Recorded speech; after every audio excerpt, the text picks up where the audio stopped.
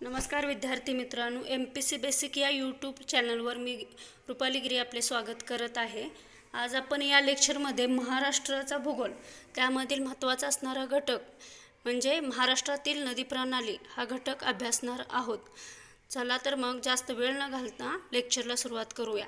प्रथम तुम्हाला माझं चॅनल जर आवडलं असेल तर माझ्या चॅनलला लाईक आणि सबस्क्राईब करायला विसरू नका।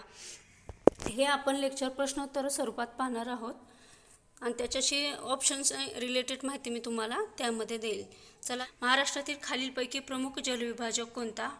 ऑप्शन आहेत शंभू महादेव डोंगररांगा, परत हरिश्चंद्र बालाघाट डोंगर, तिसरा ऑप्शन आहे सह्याद्री पर्वत, चौथा ऑप्शन आहे सातमाळा अजिंठा डोंगररांग। असे 4 ऑप्शन दिलेले आहेत। तर महाराष्ट्रातील पहिला प्रमुख जलविभाजक तुम्हाला सांगता येईल सह्याद्री पर्वत। कुठला? सह्याद्री पर्वत। का? जलविभाजक म्हणजे नेमकं काय हो? आता बघा, एखादी नदी जर वाहत असेल, बरोबर आहे, एखादी नदी वाहत असताना मग ह्या नदीचे पाणी आहे ते ह्या नदीचे जे पाणी आहे ते इकडं किंवा इकडं असं कुठल्या तरी डोंगरांनी किंवा रांगांनी ते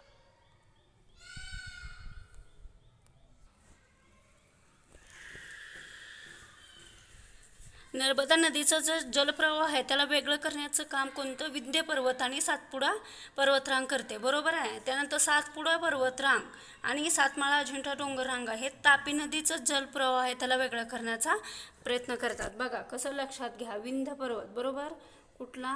विंध्य, आणि हा खाली झाला सातपुडा। सातपुडा हे कशाला वेगळं करता? नर्मदा नदीच्या जलप्रवाह, नर्मदा, बरोबर, हे लक्षात आलं। त्यानंतर आहे वर आहे सातपुडा आणि त्याच्या खालला जो आहे कुठला? अजिंठा डोंगररांगा।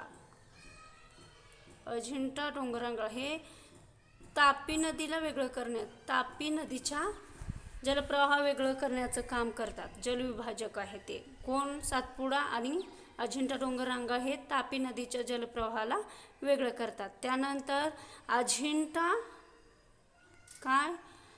अजिंठा आणि पुन्हा बालाघाट, काय? अजिंठा आणि बालाघाट हे कोणत्या नदी प्रवाहाला वेगळं करण्याचं कार्य करतात? गोदावरी। कोणत्या? गोदावरी, बरोबर।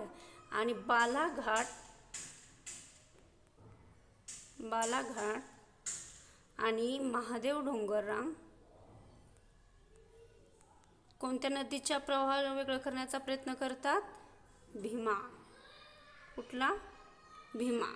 पुन्हा महादेव डोंगररांग, कुठला? महादेव डोंगररांग आणि खालचं कृष्णा नदी, महादेव डोंगररांग कृष्णा नदी आणि भीमा नदीला वेगळं करण्याचा जलप्रवाह वेगळं करतात, बरोबर। महादेव डोंगररांग भीमा नदीचं खोरं आणि कृष्णा नदीचं खोऱ्यांना वेगळं करतात, बरोबर, हे लक्षात आलं।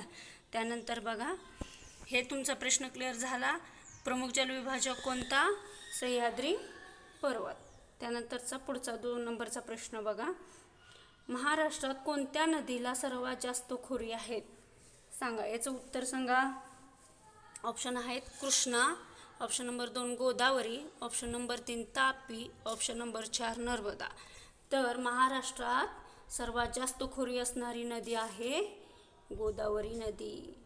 गोदावरी नदीला सर्वात जास्त खोरे आहेत, बरोबर। कोणकोणती खोरे आहेत किंवा गोदावरी नदीची उपखोरे कोणकोणती सांगता येतील का तुम्हाला? बघा, गोदावरी नदीची उपखोरे पूर्णा खोरे, पुन्हा मांजरा खोरे, परत पैनगंगा खोरे, वर्धा खोरे, वैनगंगा खोरे, प्राणहिता खोरे आणि इंद्रावती खोरे असे एकूण 8 उपखोरी आहेत। 8 उपखोरी कोणत्या नदीची आहेत? गोदावरी नदीची आहेत। लक्षात ठेवा, कुठले कुठले? पूर्णा, प पासूनच बघा, पूर्णा, पैनगंगा, परत प्राणहिता, बरोबर, पैनगंगा, प्राणहिता आणि पूर्णा, प पासून झाली, परत मांजरा आणि वर्धा आणि इंद्रावती, बरोबर। व पासून 2 वर्धा वैनगंगा, प पासून 3 पूर्णा, पैनगंगा, प्राणहिता आणि व पासून वैनगंगा 1 आणि इंद्रावती ही अशी एकूण किती? 8 खोरी उपखोरी आहेत गोदावरी नदीची. तर महाराष्ट्रात सर्वात जास्त खोरी असणारी नदी आहे गोदावरी नदी. त्यानंतर बघा पुढचा प्रश्न, गोदावरीच्या खोऱ्याने महाराष्ट्राचे किती क्षेत्र व्यापलं आहे? हे बघा ऑप्शन आहेत 25% क्षेत्र, 80% क्षेत्र, 49% क्षेत्र, 60% क्षेत्र. तर तुम्हाला सांगता येईल की महाराष्ट्रातील गोदावरी नदीने एकूण 49% क्षेत्र व्यापलेलं आहे. किती टक्के? 49% क्षेत्र गोदावरी नदीने व्यापलेलं आहे. ते कसं बघा, तुम्हाला माहिती आहे का गोदावरी नदी ही एकूण किती चौरस किलोमीटर आहे? एकूण 1,53,000 चौरस किलोमीटर अशी गोदावरी नदीची किती लांबी आहे, बरोबर. आणि ती महाराष्ट्रात किती आहे? 668 किलोमीटर लांबी ही महाराष्ट्रात आहे. हे लक्षात आलं. आणि पूर्ण भारतात तिची लांबी आहे 1,465 किलोमीटर आणि महाराष्ट्रातली आहे 668 किलोमीटर. कुठं? महाराष्ट्र. आणि भारतात आहे किती ती? 1,465 किलोमीटर ही भारतातली लांबी आहे, बरोबर. आणि किती टक्के? 49% भाग हा महाराष्ट्रात गोदावरी नदीच्या खोऱ्यांनी व्यापलेला आहे. हे झालं क्लिअर. त्यानंतर बघा दुसरा प्रश्न, प्रश्न नंबर 4, गोदावरी नदीचे खालीलपैकी उपखोरे कोणते? आता मगाशीच तुम्हाला मी गोदावरीची किती उपखोरे व कोणकोणते आहेत ते सांगितलं. आता ह्या प्रश्नाचं उत्तर तुम्ही मला द्या. ऑप्शन नंबर 1 आहे Sina, option number 2 Painganga, option number 3 Panchganga, option number 4 Tapi. तर गोदावरी नदीचे कोणते खोरे आहे? पैनगंगा हे उपखोरे आहे. सीना हे कोणत्या नदीचं खोरं आहे? भीमा नदीचं. सीना कुठल्या नदीचं खोरं आहे? भीमा नदीचे खोरे आहे, बरोबर. पंचगंगा आणि तापी हे वेगवेगळे नदी आहेत, बरोबर. सीना भीमा नदीची उपनदी किंवा उपखोरे आहे हे सांगता येईल. त्यानंतरचा पुढचा प्रश्न बघा, गोदावरी नदी महाराष्ट्रातील किती जिल्ह्यातून जाते? मगाच मी तुम्हाला सांगितलं गोदावरी नदीचं आपल्या महाराष्ट्रातलं किती किलोमीटर अंतर आहे आणि ती कोणत्या जिल्ह्यातून जाते हे तुम्हाला आता सांगायचं आहे. ऑप्शन आहेत 5 जिल्ह्यातनं जाते गोदावरी नदी, महाराष्ट्रातल्या 7 जिल्ह्यातनं जाते, महाराष्ट्रातल्या 8 जिल्ह्यातनं जाते आणि महाराष्ट्रातल्या 6 जिल्ह्यातनं जाते. तर याचं योग्य उत्तर आहे गोदावरी नदी ही महाराष्ट्रातल्या 8 जिल्ह्यातून जाते. किती जिल्ह्यातून? 8 जिल्ह्यातनं. मग ते जिल्हे कोणकोणते? ते जिल्हे लक्षात ठेवा. जिल्हा नाशिक, लक्षात असू द्या, नाशिक, परत अहमदनगर, नाशिकमधनं ती अहमदनगरमध्ये जाते, परत औरंगाबाद, परत बीड, जालना, परभणीत जाते. नंतर परभणीतनं ती नांदेडमध्ये जाते. कुठे? नांदेडमधनं ती एंट्री करते तेलंगणामध्ये. तेलंगणा या राज्यात एंट्री करते. तेलंगणा राज्यातनं परत ती वापस फिरून आपल्या महाराष्ट्रातल्या गडचिरोली इथे येते, बरोबर आहे. म्हणजे एकूण महाराष्ट्रात ती 1 2 3 4 5 6 7 आणि 8 जिल्ह्यात ती प्रवेश करते. कोण? गोदावरी नदी. लक्षात असू द्या गोदावरी नदी 8 जिल्ह्यातनं प्रवास करते. कोणकोणते जिल्हे आणखी एकदा सांगते, लक्षात ठेवा. नाशिकमधनं अहमदनगर, अहमदनगरहून औरंगाबाद, औरंगाबादहून बीड, बीडवरनं जालना, जालनाहून परभणी, परभणीहून नांदेड, नांदेडमधनं ती कुठं एंट्री करते? तेलंगणा राज्यात एंट्री करते.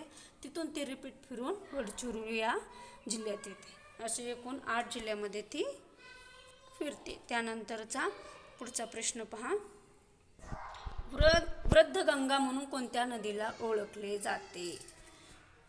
ऑप्शन आहेत कृष्णा, गंगा, गोदावरी, नर्मदा. तर याचं उत्तर आहे वृद्धगंगा म्हणून गोदावरी नदीला ओळखले जाते. कोणत्या नदीला? गोदावरी नदीला ओळखले जाते. बघा का ओळखलं? वृद्धगंगा का म्हणलं जातं गोदावरी नदीला? कारण की वृद्धगंगा ही म्हणजे म्हातारी किंवा गोदावरी ही नदी गंगा नदीच्याही आधी उगम पावलेली आहे, कारण हिमालय तयार होण्याच्या आधी द्विकल्पीय पठार तयार होते आणि द्विकल्पीय पठारातली ही गोदावरी नदी असल्यामुळे, कुठल्या द्विकल्पीय पठारातली ही नदी असल्यामुळे, पठारातली ही नदी असल्यामुळे हिमालय तयार होण्याच्या आधी ही द्विकल्पीय पठारात ही उगम पावलेली नदी आहे, म्हणून ह्याला सगळ्यात जुनी किंवा वृद्ध गंगा नदी असे म्हटले जाते. गंगा नदीच्याही आधीची ही नदी आहे. बरोबर. तुम्हाला हे पण माहीत असू द्या, ह्याला वृद्ध गंगा नदी पण म्हणून ओळखलं जातं आणि आणखी भारताची दक्षिण गंगा म्हणूनही ओळखलं जातं. बरोबर. उत्तर गंगा म्हणून गंगे नदीला ओळखलं जातं, तर भारतातील दक्षिण गंगा म्हणून आपल्या गोदावरी नदीला ओळखलं जातं. बरोबर. त्यानंतरचा पुढचा प्रश्न बघा, गोदावरी नदीची एकूण लांबी किती आहे? मगाशीच मी ह्या प्रश्नाचं उत्तर दिलं. त्याचं उत्तर आहे 1465. किती? 1465 किलोमीटर ही गोदावरी नदीची एकूण लांबी आहे. कुठली? भारतातली. पण महाराष्ट्रातली किती आहे? महाराष्ट्रात ती किती आहे? 668 किलोमीटर. हे लक्षात असू द्या. चला, हा पॉईंट क्लिअर झाला. तर पुढे बघा, 8वा प्रश्न आहे, गोदावरीला उजव्या बाजूने मिळणाऱ्या नद्या कोणत्या? तुम्हाला माहीत आहेत, गोदावरी नदीला काही उजव्या काही डाव्या बाजूने काही नद्या मिळतात.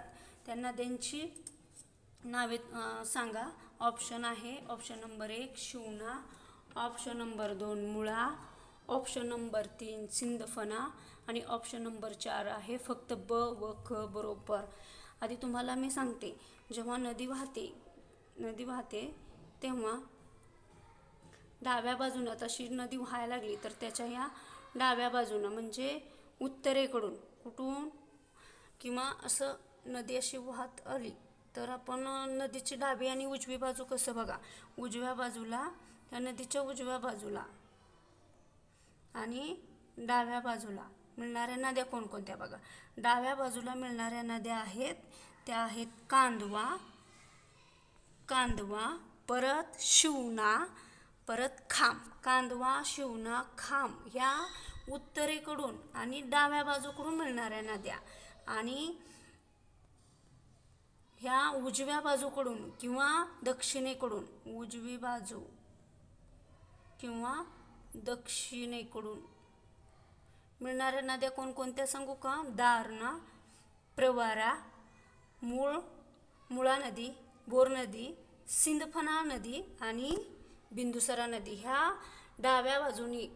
उजव्या बाजूने मिळणाऱ्या नद्या आहेत. कोणत्या? दारणा, प्रवरा, मुळा, बोर, सिंदफणा आणि बिंदुसारा. त्याला दक्षिण बाजूने मिळणाऱ्या नद्या असं पण म्हणतात. आणि उत्तर बाजूने किंवा डाव्या बाजूने मिळणाऱ्या नद्या तुम्हाला सांगता येईल कांदवा, शिवना, खाम ह्या उजव्या बाजूनी, डाव्या बाजूनी मिळणाऱ्या नद्या आहेत. डाव्या बाजूनेच म्हणजे उत्तर दिशेने आणि उजव्या बाजूनी म्हणजे दक्षिण दिशेने मिळणाऱ्या नद्या आहेत. मग ह्याच्यातलं उत्तर सांगा, उजव्या बाजूने मिळणाऱ्या नद्या कोणत्या? तर उजव्या बाजूने मिळणाऱ्या मी मागास तुम्हाला सांगितलं की सिंदफणा आणि कुठली आणखी कोण सांगते? मुळा. सिंदफणा आणि मुळा ह्या दोन नद्या ज्या आहेत, सिंदफणा आणि मुळा ह्या दोन नद्या ज्या आहेत ते गोदावरी नदीच्या उजव्या बाजूनी मिळतात.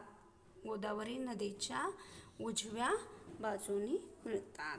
बरोबर. म्हणून याचं ऑप्शन नंबर 4 हे उत्तर बरोबर आहे. आज आपण महाराष्ट्रातील नदी प्रणाली आणि त्यामध्ये गोदावरी नदीची माहिती घेतली. राहिलेला भाग आपण पुढील लेक्चरमध्ये अभ्यासू.